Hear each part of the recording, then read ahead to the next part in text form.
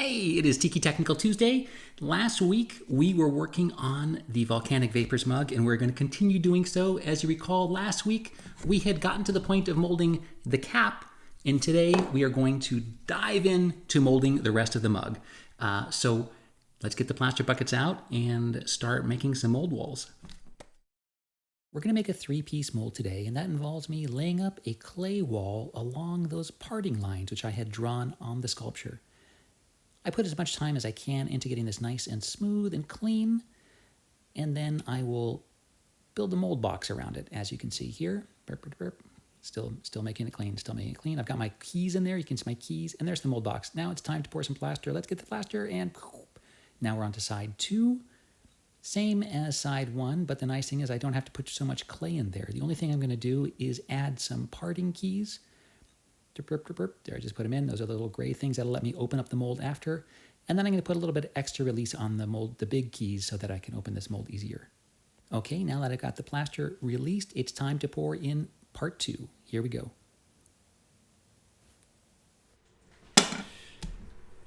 Okay, we're going to try to open it up. I've had it sitting out in the sun for a little while to kind of warm it up, get the clay inside soft. And we're just going to go for it. You never know how this is going to turn out.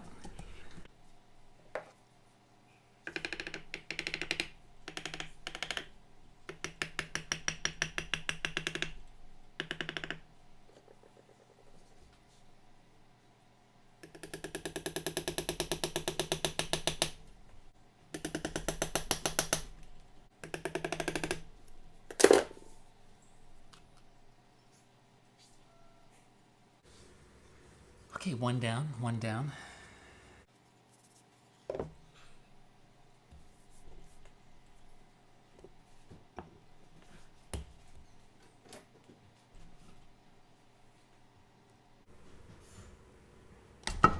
Whew. Went a lot faster than I thought.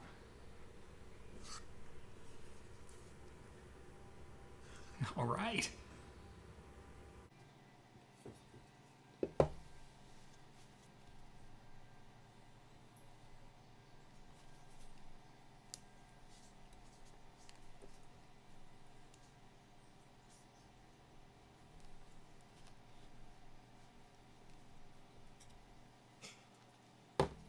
So relieved.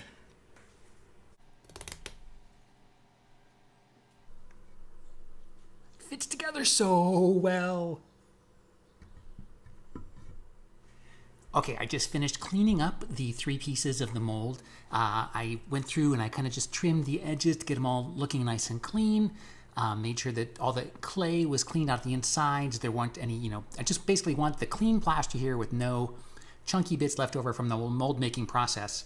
And now I'm going to measure these things, cut plywood boxes so that I can make the silicone molds of the master molds. So I'm going to make a mold of the mold. I know it's a crazy multi-step process, but it has its merits. Alrighty, I got all of the boxes cut and put together here for the silicone mold of the master plaster. So we're going to make a master production mold out of silicone, and from this we will cast the plaster production molds. It's complicated, but you'll see as we go through it that it all makes sense. Anyway, the silicone didn't arrive this afternoon. I was hoping it would. I'm going to check in a minute when I'm done doing this, and hopefully it'll be here tomorrow and we can pour these up and start pouring plaster next Monday.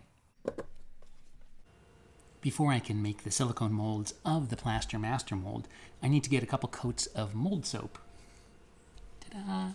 onto the plaster to keep the silicone from sticking to it.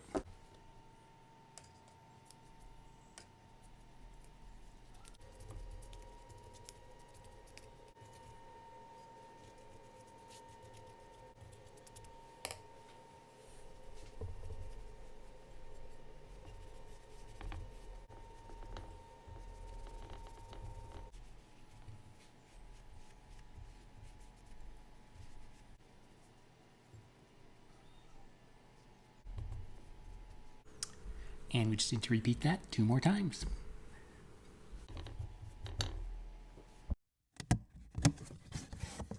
Now, I know you're going to ask, so I might as well tell you today we're going to be using Rebound 40. Now,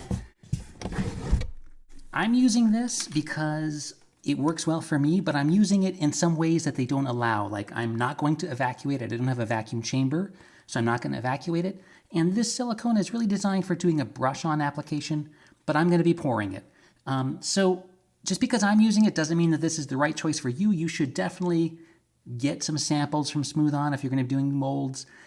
Do some tests on your own. Don't just think because this is what I'm using, it'll work for you. It works for what I'm doing right now, but you know, everybody needs to find their own silicone for what they're doing.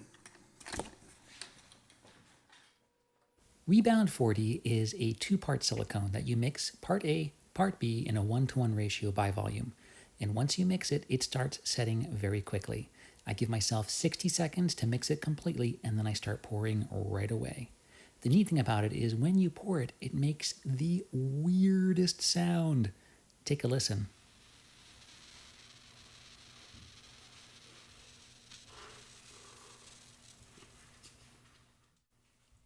Isn't that the weirdest sound?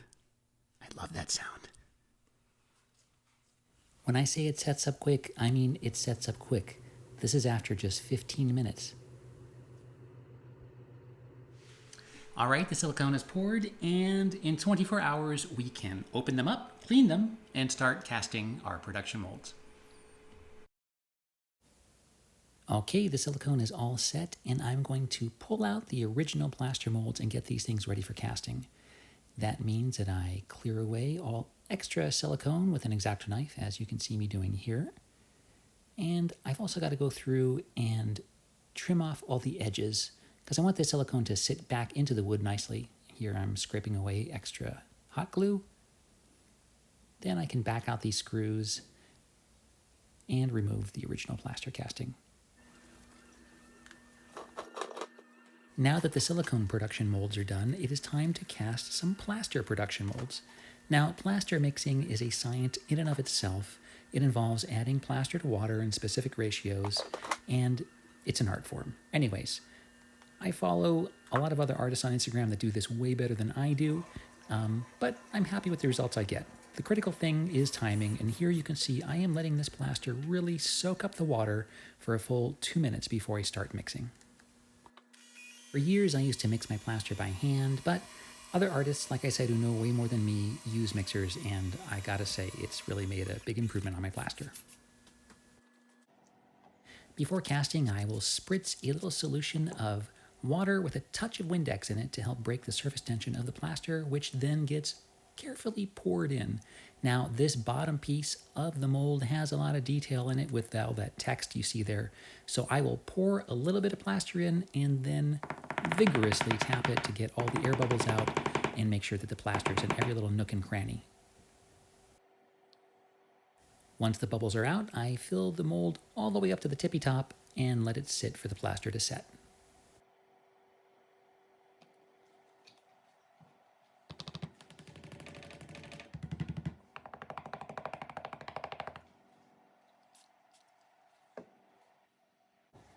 After about 45 minutes, the plaster has set and it is ready to demold, which is a simple process of taking the wooden box off and pulling the plaster out of the silicone.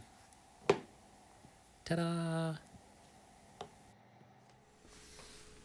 When we pull the freshly cast production pieces out of the molds, I take them over here and sand down the edges. These edges they're just kind of sharp and chunky, and they might start to chip, and we don't want any plaster chips getting into the slip tank. Plaster and slip do not mix, so we get it nice and smooth.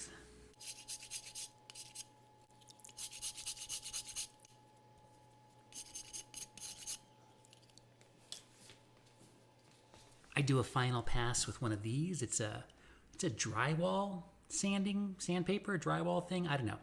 It's great for sanding plaster.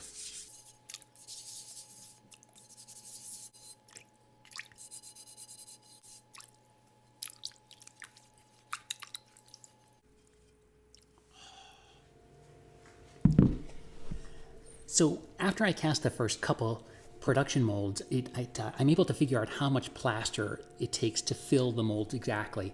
And a little trick that I do is I then write on the silicone molds how much water and plaster it takes to fill them. And this way, if I have to cast new production molds, say in a week or so, and I don't remember, I can just reference it. It's a good, it helps. It helps me. I can't remember everything.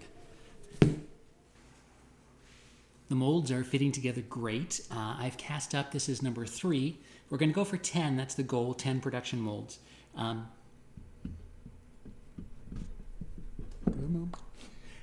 As I cast them, I strap them together for them to dry out. They've got to dry out completely. There's a lot of moisture in these molds right now, and it's going to take about a week to 2 weeks for all of that moisture to go away. We need them to be totally dry or else we can't cast slip into them. So I'm going to strap these together so that as they dry out, they don't warp. I want them to stay nice and tightly registered during the drying process.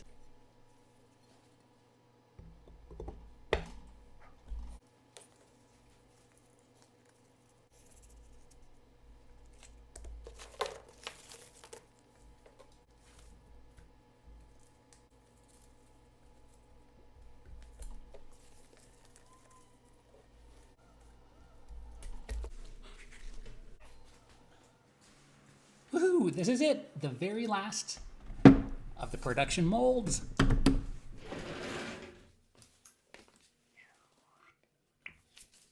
So there you go. It is the final production mold for the Volcanic Vapors mug.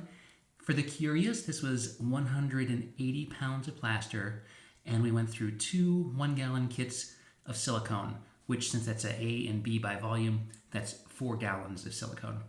So yeah, these are going to sit here for a week, maybe 2 weeks under a fan, totally dry out and be ready for casting. See you next week.